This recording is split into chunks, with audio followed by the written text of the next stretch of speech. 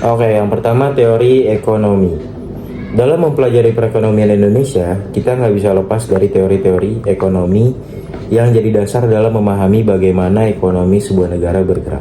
Tapi tenang, teori ekonomi itu sebenarnya nggak sesusah atau serumit yang dibayangkan.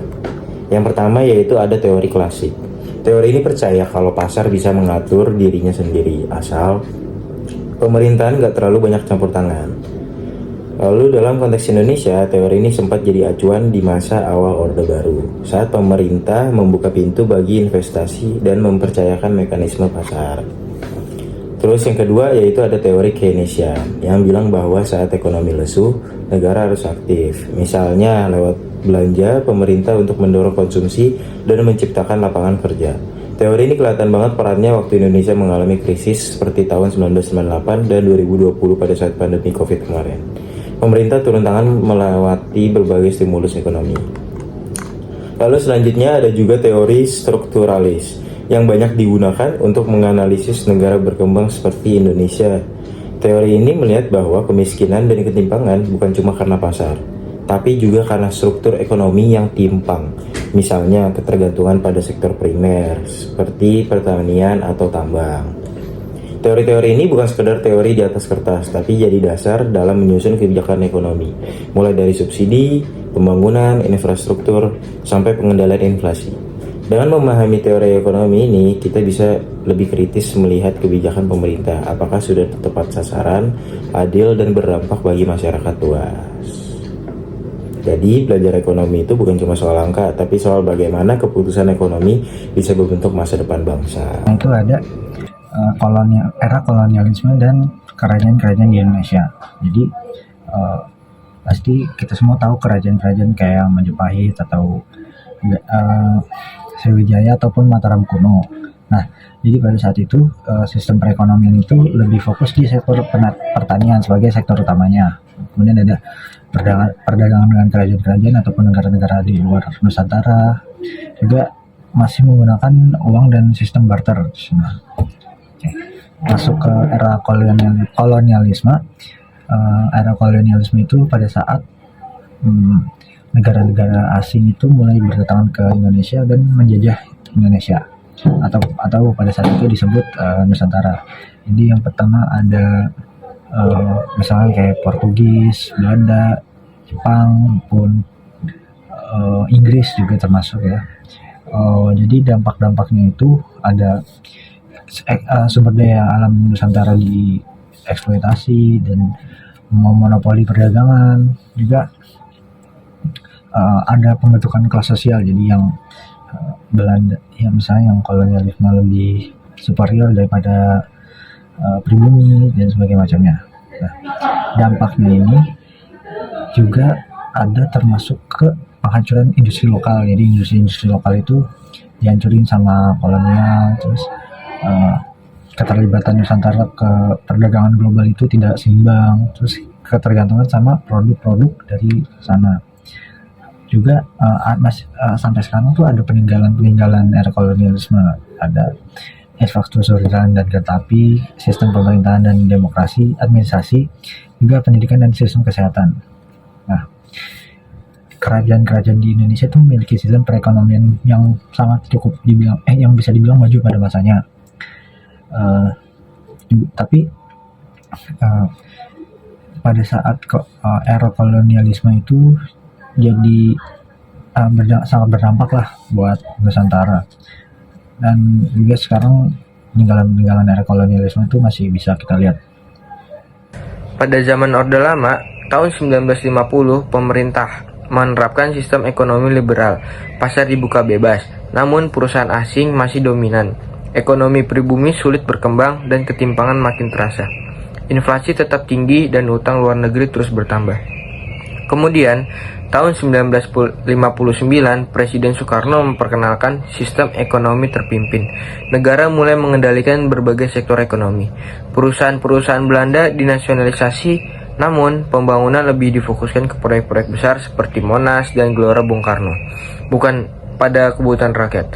Inflasi makin tak terkendali, bahkan mencapai lebih dari 600% pada tahun 1965. Harga kebutuhan pokok melonjak drastis. rakyat kesulitan memenuhi kebutuhan sehari-hari, dan produksi dalam negeri menurun tajam. Campur tangan negara yang terlalu besar, tidak adanya stabilitas harga, serta kegagalan kebijakan ekonomi membuat kepercayaan masyarakat runtuh. Situasi ini menjadi salah satu faktor penting yang akhirnya menyebabkan runtuhnya Orde Lama. Oke, selanjutnya yaitu tentang Orde Baru dan perekonomian Indonesia. Setelah kondisi ekonomi kacau di era Orde Lama, Orde Baru hadir pada tahun 1966 dengan janji membenahi perekonomian Indonesia. Saat itu, inflasi mencapai lebih dari 600%, utang luar negeri menumpuk, dan kebutuhan pokok sulit dijangkau rakyat. Pemerintah Orde Baru langsung bekerja sama dengan IMF, Bank Dunia, dan negara-negara barat. Mereka membuka pintu untuk investasi asing dan menjalankan sistem ekonomi terbuka. Kebijakan ekonomi disusun dengan fokus pada stabilitas dan pertumbuhan. Memasuki tahun 1970-an hingga 80-an, Indonesia mengalami masa kemasan ekonomi. Swasembada beras berhasil dicapai tahun 1984, pertumbuhan ekonomi rata-rata mencapai 7% per tahun. Pemerintah juga membangun banyak infrastruktur, memperluas industri, dan mendorong program transmigrasi serta pembangunan desa. Namun, di balik keberhasilan itu, muncul berbagai masalah, yaitu ketergantungan pada utang luar negeri semakin besar, korupsi, kolusi, dan nepotisme atau KKN merajalela di dalam pemerintahan. Kesenjangan ekonomi melebar dan kekayaan hanya dinikmati segelintir elit atau para penguasa lah. Semua itu mencapai puncaknya saat krisis moneter, yaitu melanda tahun 1997. Nilai rupiah jatuh drastis, harga-harga melonjak, dan rakyat menderita. Akhirnya, tahun 1998, gelombang protes besar-besaran memaksa Presiden Soeharto untuk mundur, mengakhiri era Orde Baru setelah lebih dari 30 tahun berkuasa. Oke, selanjutnya yaitu era reformasi dalam perekonomian Indonesia. Setelah runtuhnya Orde Baru tahun 1998, Indonesia memasuki era reformasi. Krisis moneter yang parah membuat ekonomi jatuh, nilai rupiah anjlok, harga kebutuhan pokok melambung, dan jutaan orang kehilangan pekerjaan. Pemerintah di era reformasi mulai memperbarui sistem ekonomi agar lebih terbuka dan transparan. Salah satu langkah besar adalah desentralisasi, di mana daerah diberi kewenangan mengelola anggaran dan sumber daya sendiri. Selain itu, berbagai regulasi diperbarui. Pemerintah mendorong praktik ekonomi yang sehat dan prinsip good governance, dan memberantas korupsi melalui pembentukan lembaga seperti Komisi Pemberantasan Korupsi atau biasa disebut KPK. Bank Indonesia juga dibuat independen agar kebijakan moneter lebih stabil dan tidak mudah dipengaruhi oleh politik. Lahir pula undang-undang yang mengatur persaingan usaha dan perlindungan konsumen untuk menciptakan iklim ekonomi yang lebih adil. Meski begitu, tantangan masih ada. Ketimpangan ekonomi belum sepenuhnya teratasi. Utang luar negeri juga masih sangat tinggi dan korupsi di level bawah masih terjadi. Namun secara umum, perekonomian Indonesia mulai pulih sejak awal 2000-an. Pertumbuhan ekonomi cukup stabil, sektor UMKM berkembang pesat, dan Indonesia kini menjadi bagian dari G20 sebagai salah satu kekuatan ekonomi besar dunia. Pada zaman Megawati Soekarno Putri yang menjabat sebagai presiden di tengah situasi ekonomi yang belum pulih pasca krisis 1998, stabilitas politik mulai membaik, tapi ekonomi nasional masih rapuh dan penuh tantangan.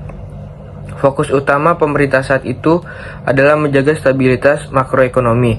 Pertumbuhan tidak digenjot secara agresif, tapi diarahkan agar lebih stabil dan terkendali. Pemerintah juga melakukan privatisasi beberapa BUMN untuk meningkatkan pendapatan negara. Di sektor energi, produksi minyak dan gas mulai menurun, sementara ketergantungan pada ekspor migas masih tinggi. Untuk mengurangi beban subsidi, harga BBM dinaikkan secara bertahap. Kebijakan ini sempat menimbulkan pro dan kontra di masyarakat. Pemerintahan Megawati juga menandai masa transisi dan ketergantungan terhadap IMF menuju ekonomi yang lebih mandiri. Beberapa program reformasi tetap dijalankan, tapi pengaruh IMF mulai dikurangi. Secara keseluruhan, ekonomi tumbuh sekitar 4-5% per tahun. Inflasi bisa ditekan, nilai tukar rupiah stabil, dan cadangan devisa meningkat. Namun tantangan besar tetap ada. Pengangguran masih tinggi, kemiskinan belum banyak berkurang, dan investor asing masih ragu untuk masuk karena masalah birokrasi dan korupsi. Meski tidak mencetak lonjakan besar, era Megawati dianggap sebagai masa konsolidasi ekonomi, mengatur ulang fondasi setelah badai krisis yang menghantam Indonesia.